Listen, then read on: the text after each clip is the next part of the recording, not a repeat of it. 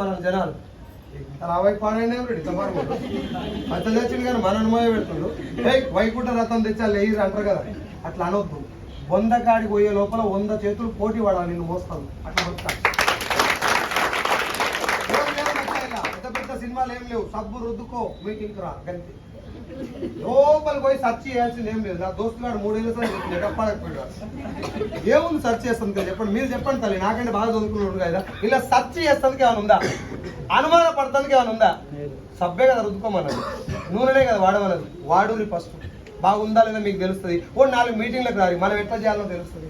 ఇవి జరిగినంటే ఊళ్ళకి పోయి అక్క బిజినెస్ మీటింగ్కి వచ్చిన బాగుంటుందంటవా, ఎవరిని అడుగుతున్నావు? పోయి పెళ్లి చేసుకొని భార్య పిల్లలతో సుఖ సంతోషాలతో ఉన్న వాళ్ళ దగ్గర పోయి పెళ్లి చేసుకోవాలని అని అడుగు. చేసుకో బిడ్డ, పిల్లలతో అప్పుడప్పుడు జరా ఏమైనా చిన్న చిన్న కోపాలు వచ్చినాడు, ఐ లవ్ యూ చెప్పు, మేనేజ్ చేయని చెప్తున్నాడు మంచిగా. పిల్లలతో తను లేని హిమాలయాలకు పోయిన కార్డు అయిపోయి పెళ్లి చేసుకుంటా అని వాడు కమాండం తీసుకొని ఎంట పడతాడు, పెళ్లి ఏం చేసుకున్నావు రా అని చెప్పి. Yes or no? గెలవాలి అని డిసైడ్ అయితే గెలవటం కోసం పోరాడుతూనేమ్మడి తిరగాలి. 5 తాగుబోతులు ఎమ్మడి సపోర్ట్ చేస్తే 6వ తాగుబోతులు నువ్వు అవుతావు. 5 పోరాటం చేస్తావు ఎమ్మడి నువ్వు జర్నీ చేస్తే 6వ పోరాట యోధుడు నువ్వు అవుతావని మా ఎంఎస్ఆర్ చెప్పిండు. నేను అదే జర్నీ చేస్తున్నా. ఇవాళ పొద్దుగాల నుంచి నేను నీళ్లు కూడా తాగలేదు తెలుసా. నాకు మీటింగ్ అన్నా వెస్టేజ్ అన్నా అంత పిచ్చి. ఇప్పుడు వస్తుంటే కూడా మా వాళ్ళు పండు తిన్నారు సార్, నాకు పండుగ జనాలు వెయిట్ చేస్తున్నాడు. మీరు ఇప్పుడు చీకటి అయింది నన్ను తెచ్చుకుంటూ పోవడం కూడా నాకు తెలుసు. కానీ నా ఇంటెన్షన్ ఏంటంటే రాజమండ్రి ఓ రోజు మీటింగ్కి వెళ్ళాను నేను. ఇదే బూట్ క్యాంప్ మీటింగ్కి వెళ్తే ఒక తల్లి నాకు తర్వాత 2 రోజుల తర్వాత వాయిస్ పెట్టింది. నేను ఏమన్నా మీటింగ్లో అంటే, నేను అక్కడి నుంచి ఇక్కడ దాకా కిరాయి పెట్టుకుని వచ్చిందా, ఇక్కడ నా టీం ఎవరు లేరు, కానీ నా సక్సెస్ స్టోరీ వింటే ఒక్కరు మారినా వాళ్ళ ఇంట్లో దీపం పెట్టినట్టేరా అని చెప్పి నేను చెప్పిన మాట నాకు వాయిస్ పెట్టింది. అన్న నేను మీటింగ్ రాకముందు నేను సూసైడ్ చేసుకొని చచ్చిపోదాం అనుకున్నా, ఈ మీటింగ్కి వచ్చినాక నేను ఏమన్నా చేయాలి, నాకు ఏది అడ్డు కాదు, బిజినెస్లో గెలవాలని ధైర్యం వచ్చింది, ఆ దీపం పెట్టింది మీరే, ఆ పెట్టింది మా ఇంట్లోనే అని వాయిస్. నా ముఖం కూడా తెలియదు నాకు ఇప్పుడు.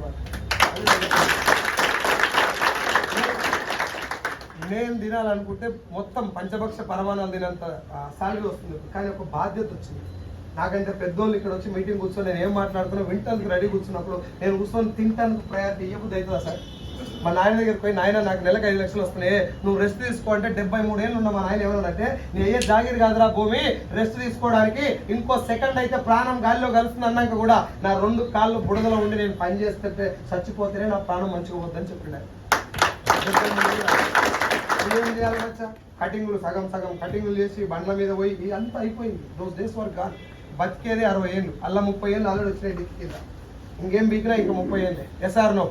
ఒక్క 5 సంవత్సరాలు ప్రాణం పెట్టి నీ కోసం నువ్వు పని చేయి, నీ కోసం, జనాల కోసం కాదు. వస్తలేడు సార్, ఎవడు ఇంటలేడు, నువ్వు నేను ముఖ్యమంత్రి ఆడతిచ్చి ఆధార్ కార్డు ఇస్తారు నీకు, ఇస్తారా సార్? పిడికిలు గట్టిగా బిగించి పోరాడాలి, తరాలు తెగేలా పోరాడితే తరాలు గుర్తుండే మార్పు వస్తుంది మన వంశంలో. అట్లీస్ట్ ఒక్కసారి జస్ట్ అనుకోండి సార్, ఇక్కడ నుంచి నేను వెస్టీలో పోతే నా లైఫ్ ఎలా ఉంటుంది, ఇట్లా పోతే ఎట్లుంటుంది. దాన్ని నా చుట్టాలు ఎవరు ప్రేమతో కూడా వాళ్ళకి నేను తెల్లను. మా నాయన డ్రెస్ వేసుకొని పోయేది, నాకు బట్టలు లేక. మా నాయన బట్టలు వేసుకొని పోతే గంగేడ్లోడు వచ్చి నన్ను వెళ్ళిపోతే నన్ను దూరం నిలబెట్టి వంటకాడ ఉంచేది, నన్ను పొయ్యిల కట్టలు దూరం పెట్టేది. ఇప్పుడు నేను ఆడికి పోతే ముందు నన్ను తీసుకోవద్దు పెళ్లికాడి. పవర్ ఆఫ్ బిజినెస్ కాస్తలేదు నాకు. అయ్యప్ప స్వామి మాల వేసుకున్నట్టు వేసుకున్న వెస్టేజ్ ఉండేది. వెస్టేజ్ టై కాలుకు తగిలిన, బ్యాగ్ కాలుకు తగిలిన నేను పానం వెళ్ళిపోతాను. నాకు అంత దండం పెడతాయి ఈ కంపెనీ. ఇది లేకపోతే నాకు జీవితమే లేదు. మీరు అందరు సపోర్ట్ కొట్టినా, సైజు సార్ బాగా మాట్లాడినా, ఇదంతా క్రెడిట్ కోసం మా అప్లై, నా mentor MSR and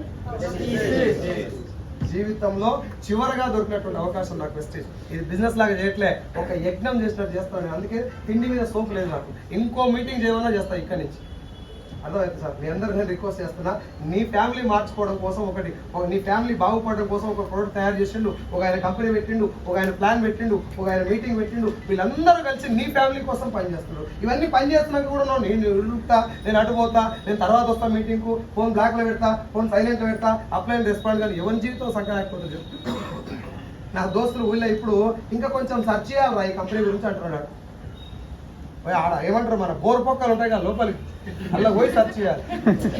Santoor soap A company, Santoor soap A company, tension పడుకోరు, నాకు కూడా తెలియదు. రుద్దుకున్నావా లేదా? మ్యాగీ నూడిల్స్ తింటే సస్తలని తెలిసినా తిని సస్తున్నావా లేదా? మరి ఇక్కడ ఏం చెప్పారు, నీకు బాగుంటేనే వాడుకోవాలని చెప్పారా, బాగా లేకుండా నాకు పైసలు వస్తాయి కాబట్టి రుద్దుకోవాలి. ఇంత కామన్ సెన్స్ కూడా లేకుండా జనాలు ఎప్పుడు అర్థం కావట్లేదు. సబ్బు రుద్దుకోవాలంటే ఎక్కడ తయారవుతుంది, అది ఏమేమి కలుపుతారు అలా? గసగసాలు జీలకర్ర ఆవాలన్నీ కలుపుతారు. ముందు చేయి కడుక్కో సబ్బుతోటి. అంత భయం అయితే చేయి కడుక్కొని ఏం చెప్పాలి సార్? మా సొంతం చెల్లె దగ్గరికి పోయి దండం పెట్టి చెప్పినామా మన బతికేందుకు మనకు తెలుసు. నా సొంతం చెల్లి, నా తొడబుట్టిన చెల్లె. గంట సేపు మాట్లాడితే బిజినెస్ గురించి, సరే బాగానే ఉంది కానీ చికెన్ తింటావా గుడ్డు తింటావా లోపల ఏదో తలగట్టని చెప్పి తిని బయటకు వచ్చిన 500 మంది చెల్లెలు ఇచ్చింది నాకు దేవుడు. వాళ్ళందరూ డబ్బు వస్తుంది. మా చెల్లె